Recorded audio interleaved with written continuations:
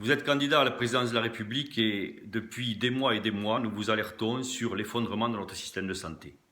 Alors aujourd'hui, 7 mars, les infirmières, une fois de plus, sont dans la rue du secteur public hospitalier ou du secteur privé libéral. Elles sont dans la rue pour vous alerter sur leurs conditions de travail, sur le mépris qu'elles ressentent quand elles écoutent vos paroles ou quand elles vivent vos actes. Vendredi dernier, c'était les dentistes ainsi que les étudiants aux côtés d'autres professionnels de santé qui manifestaient. Et depuis 4 ans, il n'y a pas 2 mois, 3 mois sans qu'il y ait des mouvements sociaux dans le secteur de la santé.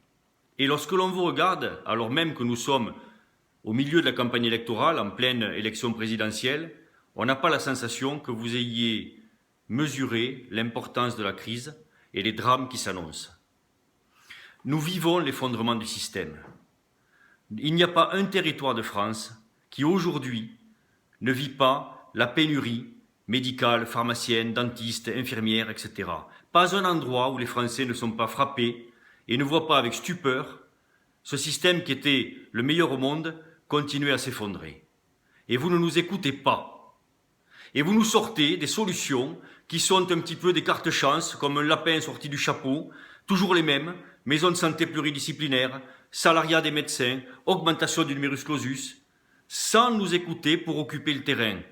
Comment osez-vous parler de maisons de santé pluridisciplinaires? Mais ce n'est pas des murs dont nous avons besoin. Nous avons besoin juste de respect, de considération, de rémunération digne pour rendre plus attractifs nos métiers et nous réinstaller. Augmentation du numerus clausus, sans même tenir compte de l'adaptation de celui-ci, alors même qu'aujourd'hui, les jeunes mettent plus de 10 ans à s'installer, entre 8 et 14 ans pour être formés, et que donc il faudra entre 18 et 25 ans pour qu'ils s'installent. Et il y a urgence maintenant. Salariat des médecins, alors que le particularisme français, c'est particulièrement le bipolarisme entre un secteur public et un secteur privé, les deux tirant le bateau sanitaire. Les deux. Écoutez-nous, prenez en considération ce que l'on vous dit. Les rémunérations aujourd'hui du secteur sanitaire sont indignes.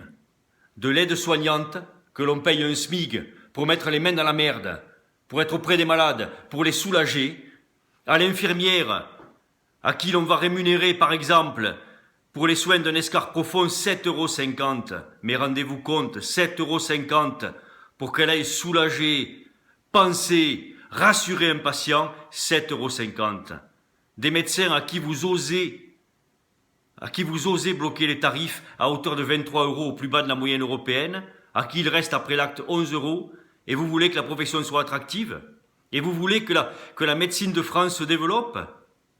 Un secteur public hospitalier où les salaires ne sont pas en adéquation non plus avec les métiers, avec la hauteur des responsabilités, et on s'étonne qu'il y ait 30% de postes vacants à l'hôpital public, mais vous allez ouvrir les yeux.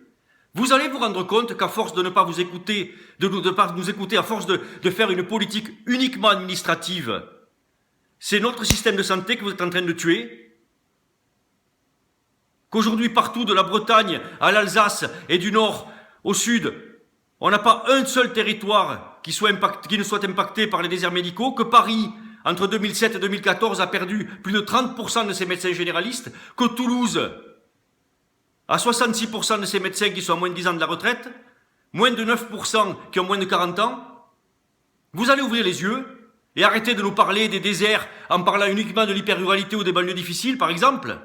Vous allez vous rendre compte un petit peu que depuis des années, vous méprisez vos professions de santé. Et quand on méprise ces professions de santé, on méprise son peuple.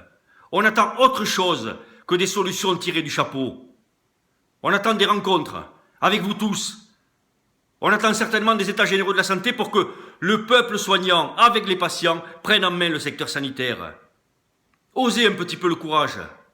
Osez partager la gouvernance aussi. Ça fait des années qu'uniquement l'administration dirige elle-même aux ordres de l'État et ça fait des années que l'État se plante. Les mêmes solutions produiront les mêmes problèmes. Il y a un seul mot et ce mot c'est confiance.